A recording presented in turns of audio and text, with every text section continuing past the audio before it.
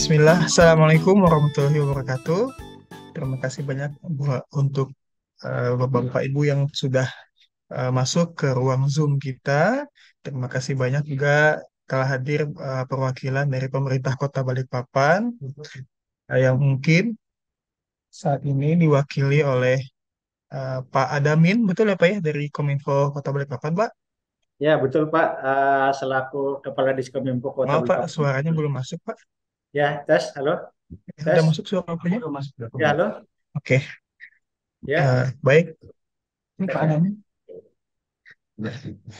Baik, eh, sebelum itu saya akan jelaskan dulu Pak, bahwa acara kita pada pertemuan siang ini adalah sifatnya adalah podcast, jadi memang kita tidak eh, dihadiri oleh peserta, akan tetapi nanti untuk ngobrol kita kali ini di Ngota RKCI 2023 ini akan dipublish di videonya di akun YouTube kita. Nanti akan kita share videonya apabila sudah dipublish. Jadi, Ngota 2023 ini adalah salah satu bagian dari kegiatan kita RKCI 2023, di mana ini adalah bagian dokumentasi untuk kita menyampaikan hasil riset kita terkait rating Kota Cerdas Indonesia. Untuk memulai acara kita pada siang ini, kami persilakan Bapak Dr. Hendra Sandi selaku Ketua Pelaksana untuk menyampaikan pembukaannya. Kepada Bapak Dr. Hendra Sandi, dipersilahkan. ya, terima kasih Mas Reski. Assalamualaikum warahmatullahi wabarakatuh. Eh, eh, Selamat siang Bapak Ibu sekalian, Pak Kadis. Terima kasih sekali sudah menyempatkan waktunya untuk melakukan ngobrol kota. Jadi hari ini sebenarnya kita ada 4 kota yang akan melakukan ngobrol kota, Pak. Dari Balikpapan, kemudian dari Kota Bandung, kemudian dari Batam, kemudian satu lagi dari Wali Kota Tasik. Cuman Bapak Wali Kota Tasik tadi sudah menyampaikan mendadak tidak bisa hadir. Jadi hari ini cuman mendadak tidak bisa hadir. Jadi hari ini kita hanya wawancara Kota Balikpapan dengan Kota Batam, Pak.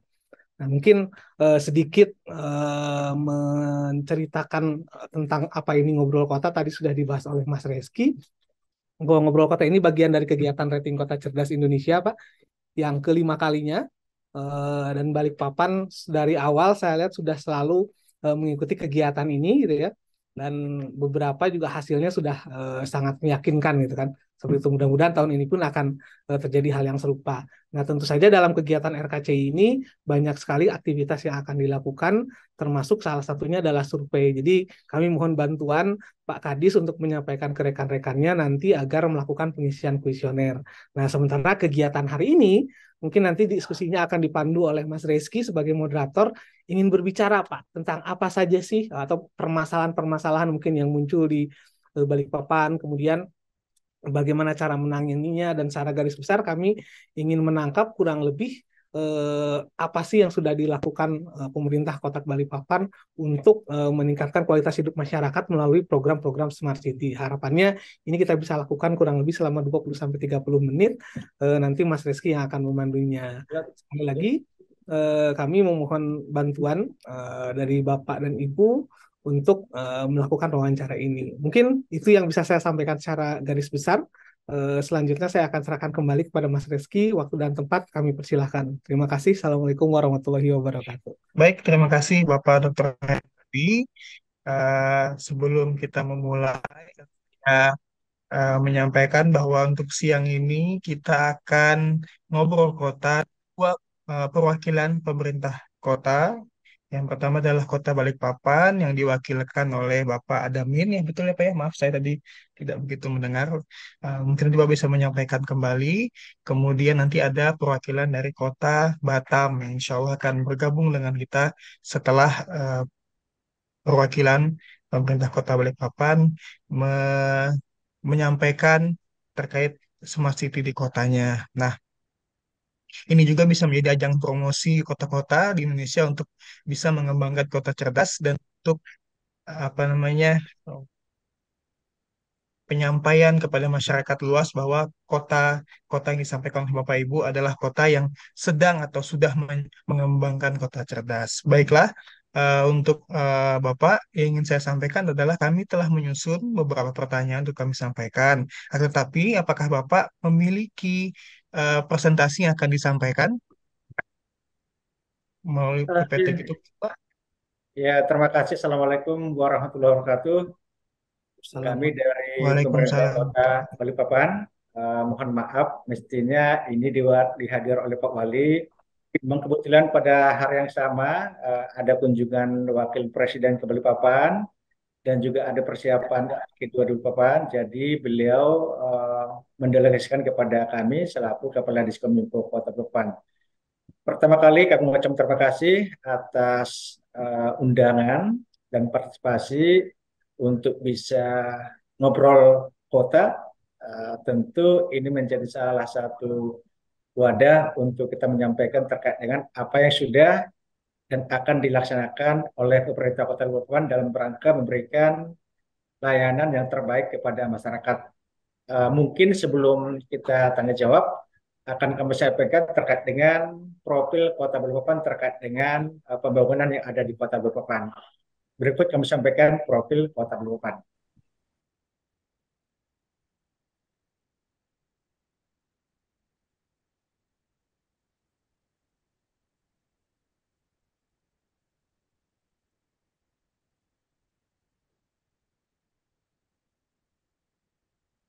Selamat datang di Kota Balikpapan. Memiliki luas wilayah 50.230 km dengan luas wilayah laut 337,8 km dan garis pantai 45,6 km.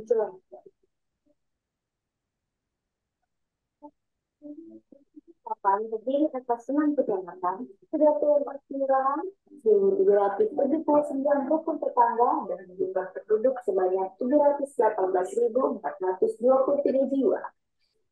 Kota Balikpapan adalah pintu terbang Kalimantan Timur, Kalimantan Utara, dan ibu kota negara Bali. Didukung dengan bandara dan pelabuhan utara internasional serta terminal peti kemas. Jalur perdagangan Kota Balikpapan memiliki kawasan pengembangan ekonomi terpadu, yaitu kawasan industri karya yang memiliki letak strategis seluas 3.560 km.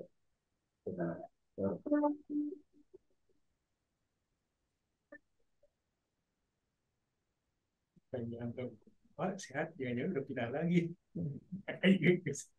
Lagi Pak, lagi ke trending.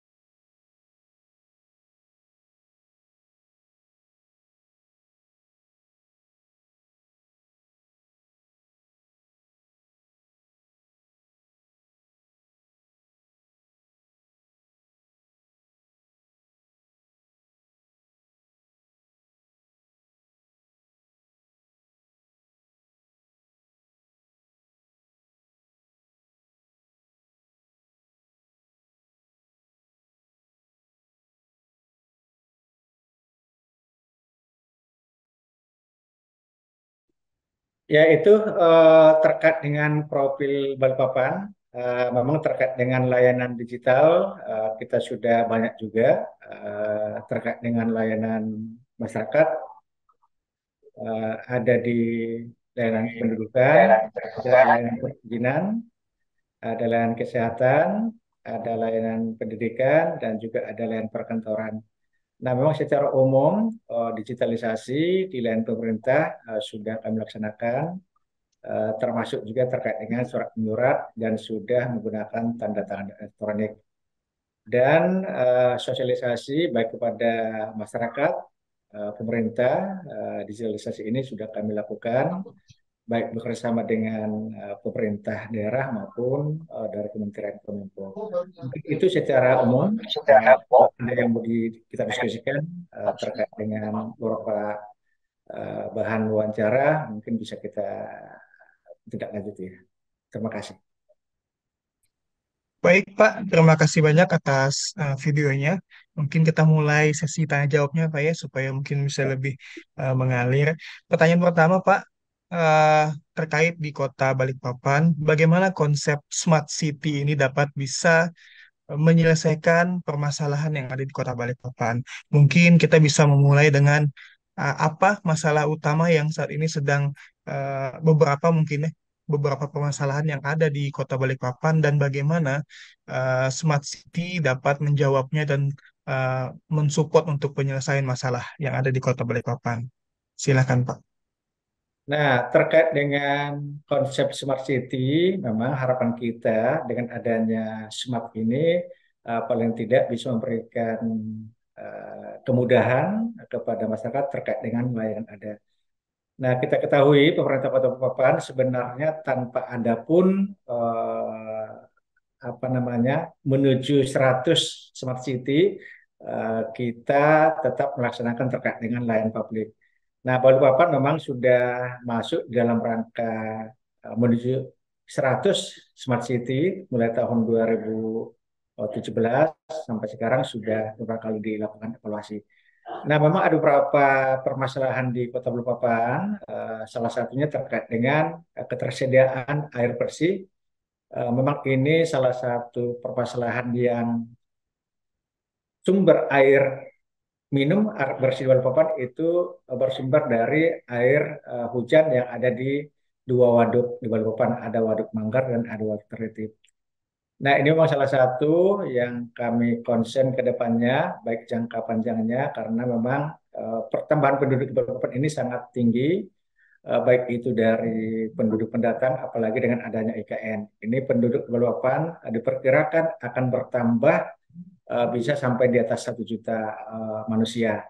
Dan selain itu juga tentu terkait dengan sektor konstruksi atau perumahan, biar bagaimanapun perumahan ini pasti dibutuhkan dengan bertambahnya penduduk. Dan juga terkait dengan transportasi, transportasi ini baik dari sisi transportasinya maupun dari sisi infrastruktur jalannya. Karena kita juga Balikpapan ini kebanyakan wilayah perbukitan, jadi ini juga berpengaruh terkait dengan penanganan banjir.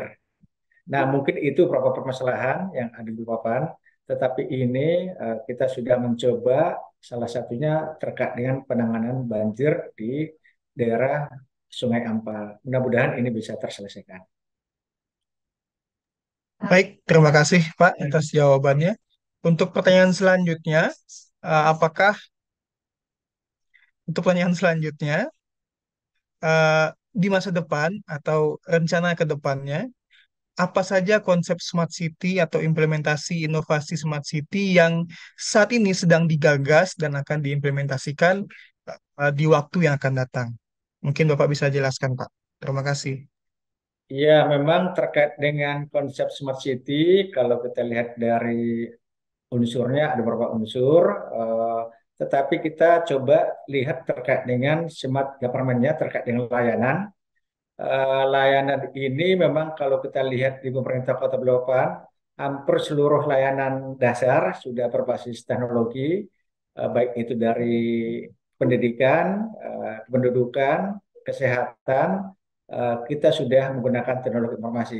Semisal terkait dengan layanan kependudukan, nah ini juga sudah ada namanya layanan pantai. Artinya masyarakat sudah bisa mendapatkan layanan secara digital, mobile, tanpa datang ke kantor-kantor layanan kependudukan, baik di Capil, di kecamatan maupun di kelurahan.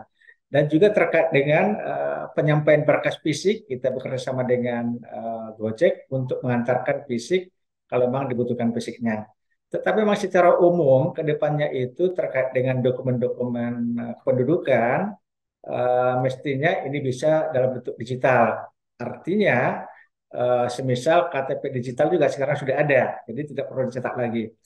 Begitu juga terkait dengan layanan perizinan, kita sudah ada mall pelayanan publik, di sana juga menyatu berbagai layanan dan bisa datang secara fisik ataupun menggunakan aplikasi yang sudah tersatu dalam satu sistem. Begitu juga di dalam surat menyurat kami, baik itu surat menyurat internal pemerintah maupun ke masyarakat, sebenarnya kita tidak perlu lagi banyak kertas terkait dengan surat menyurat ini. Dan ini juga sangat membantu masyarakat untuk mendapatkan layanan. Jadi tidak mesti datang dan juga tidak mesti ada kepala daerah atau camat atau lurah untuk melakukan tanda tangan. Jadi dimanapun pihak yang berkepentingan untuk melakukan tanda tangan bisa. Jadi tidak terikat dengan hari, jam kerja, dan tempat. Nah, ini sudah kita lakukan sangat membantu dan mempercepat layanan publik.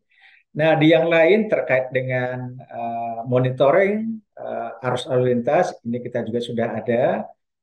Hampir seluruh persimpangan jalan kita sudah ada kamera, dan ini juga sudah bisa melakukan monitoring dan termasuk rekayasa traffic light, paling tidak di waktu-waktu tertentu itu bisa diatur terkait dengan waktu berapa lama untuk lampu merah. Nah, yang lain kita juga sudah melakukan terkait dengan proses pengadaan, semuanya kita elektronik dan tidak ada lagi manual. Jadi ini terkait dengan transparansi dan keterbukaan kita kepada masyarakat. Selain itu juga kita mendapatkan berbagai aduan dari masyarakat. Kita bisa mengcapture baik dari berbagai media sosial maupun melalui pengaduan 112 maupun melalui website kita, itu bisa kita monitoring dan kita bisa melihat terkait dengan penilaian masyarakat kepada pemerintah.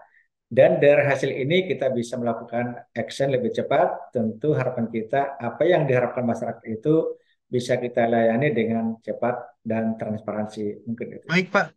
Terima kasih atas jawabannya.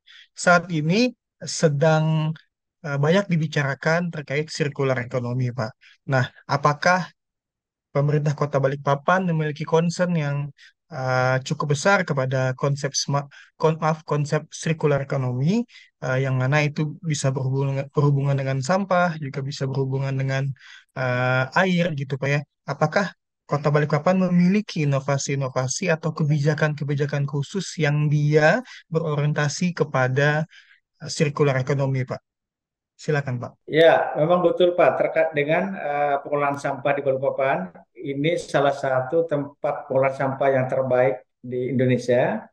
Karena kita pengolahan sampah ini sudah terpadu, dan di sana sampah ini menghasilkan beberapa produk, bisa menghasilkan gas metan, dan ini juga bisa digunakan oleh masyarakat di sekitar. Jadi masyarakat di sekitar itu tidak perlu lagi membeli gas atau yang lain, cukup kita alirkan, kita tarik pipa ke rumah-rumah. Yang kedua, di sana juga sudah bisa digunakan terkait dengan daur ulang dari sampah. Jadi ini bisa menjadi salah satu cenderamata kalau kita berkunjung ke TPA Manggar. Di sana juga menjadi tempat rekreasi, edukasi masyarakat yang datang ke sana sudah nyaman dan tidak merasa ada bau terkait dengan sampah yang ada di sana. Nah, terkait dengan air, memang ini salah satu masih permasalahan kota, dan kita sudah mencoba untuk melakukan penelitian sebenarnya. kira-kira mana yang lebih mudah untuk mendapatkan air ini, karena air baku tadi kami sampaikan kita bersumber dari air hujan yang ada di Waduk Manggarai Integratif. Kita coba melakukan kajian kalau menarik atau membangun pipa dari Sungai Mahakam ke Balikpapan ini mau terlalu jauh. Kalau mengolah air asin, air laut menjadi air tawar, ini juga biayanya mahal. Memang ada salah satu waduk yang akan kita coba kerjasamakan dengan daerah tetangga PPU, dan harapannya kita air dari sana bisa di-sharing kepada Balikpapan. Walaupun memang pada awalnya kita mendapatkan air yang bisa mencukupi, tetapi dengan adanya IKN ini sepertinya berbagi dengan IKN. Nah, kalau untuk air sumur dalam, memang ini ada beberapa regulasi yang harus kita penuhi. Memang ini agak perlu izin, tetapi yang sekarang yang kami fokus memang terkait dengan sosialisasi pengamatan air. Apalagi sekarang untuk Balikpapan, dalam musim kemarau air yang ada di waduk kita sudah menurun itu, dan sekarang sudah bergilir penggunaannya, dan harapannya ini juga salah satu, ya kita ambil positifnya saja lah, paling tidak masyarakat bisa lebih hemat menggunakan air. Nah mungkin itu ya. Baik, Pak. Terima kasih atas jawabannya. Selanjutnya kita beralih kepada fokus terkait literasi digital atau proses pengetahuan terhadap penggunaan digital, baik di ranah pejabat atau ASN ataupun pada masyarakat. Nah, yang ingin kami tanyakan adalah bagaimana saat ini kondisi atau performa di ranah ASN dahulu, Pak. ASN saat ini itu tingkat literasi digitalnya seperti apa, Pak? Kemudian bagaimana proses transformasi digitalnya? Apakah ASN di berbagai bidang mengikuti kebijakan-kebijakan terkait smart city yang mana memang kecenderungannya ada teknologi.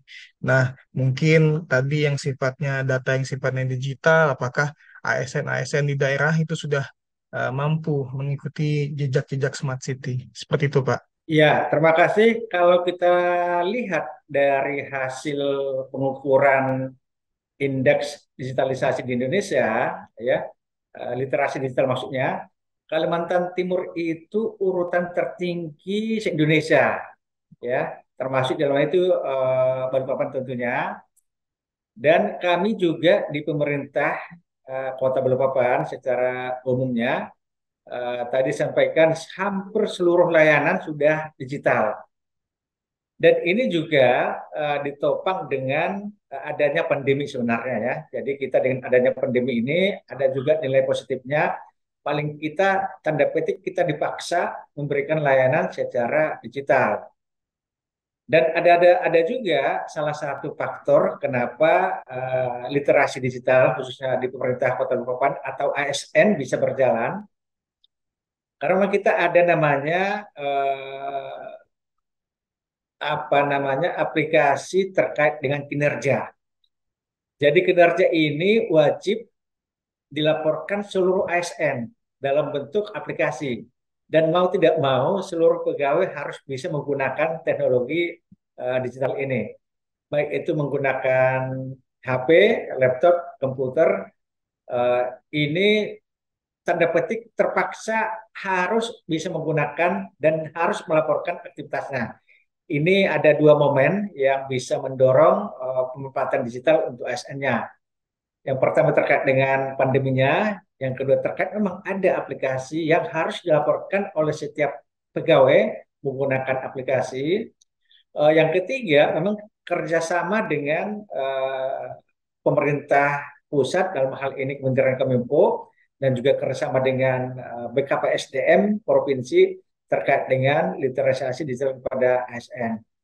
Nah, selain ASN sebenarnya juga kepada masyarakat kita sudah melakukan digitalisasi. Di Balikpapan ada dilaksanakan pekan di literasi digital. Nah, ini juga menyasar kepada 1.000 peserta, ya, baik itu dari guru, ya, UMKM, dan juga tenaga pendidik dari guru. Eh, Memang ini pesertanya, peminatnya banyak. Dan selain itu juga kita mencoba melakukan digitalisasi juga atau sosialisasi kepada pelajar-pelajar kami dengan pelajar SD, SMP, dan juga tingkat SMA sudah dilakukan. Oke, berarti sudah cukup dari sudut pandang Bapak, berarti literasi digital di Kota Balikpapan sudah cukup baik ya Pak ya. Baik dari sisi ASN maupun masyarakat. Dan mungkin ini apa namanya pertanyaan terakhir mungkin Pak dari kami untuk ngobrol kota kita kali ini terkait tantangan ke depan untuk penerapan smart city di Kota Balikpapan yang menurut Bapak di masa depan akan menjadi tantangan yang harus diselesaikan oleh Kota Balikpapan. Silakan, Pak. Ya, secara umum tantangannya terkait dengan ketersediaan data sebenarnya. Harapan kita memang satu data ini sangat dibutuhkan. Nah, memang permasalahan kita data ada di mana-mana, tapi data tidak bisa didapatkan setiap saat. Nah, karena harapan kita dengan adanya data yang benar, harapan kita juga ke depan bisa cepat mengambil kesimpulan dalam hal mengambil kebijakan. Karena harapan kita dengan adanya data ini, kita tidak perlu lagi berpikir, cukup dengan menggunakan teknologi komputer ini, kecerdasan buatan. Dan memang harapan kita ke depan tahun emas ya 2045 paling tidak kita dengan adanya data semua perencanaan, semua layanan bisa dilakukan dengan cepat. Dan layanan itu tidak mesti terikat dengan jam kerja. Harapan kita layanan itu dengan teknologi bisa memberikan layanan 24 jam. Jadi masyarakat tidak terkait lagi dengan jam kerja, kami juga tidak terkait dengan jam kerja, dan tentunya dengan data yang benar layanan bisa dipertanggungjawabkan baik secara hukum maupun secara kualitas. Mungkin itu harapan kita. Jadi dengan adanya teknologi dan data, layanan bisa diberikan kepada masyarakat tanpa dibatasi waktu dan ruang. Mungkin itu untuk kedepannya. Baik, terima kasih Pak atas penyampaiannya. Sebelum kita tutup, yang ingin kami minta, mungkin Bapak bisa menyampaikan, mempromosikan Kota Balikpapan sebagai salah satu kota yang mengimplementasikan Smart City. Mungkin sepatah dua patah kata begitu Pak. Silakan Pak. Ya, terima kasih atas waktunya ngobrol kota bersama pemerintah Kota Balikpapan. Kami dalam menyongsong IKN di Kalimantan Timur dan kami sebagai pintu gerbang IKN-nya tentu mau tidak mau harus mempersiapkan diri sebagai kota yang bisa menampung masyarakat dan memberikan pelayanan terbaik kepada masyarakat.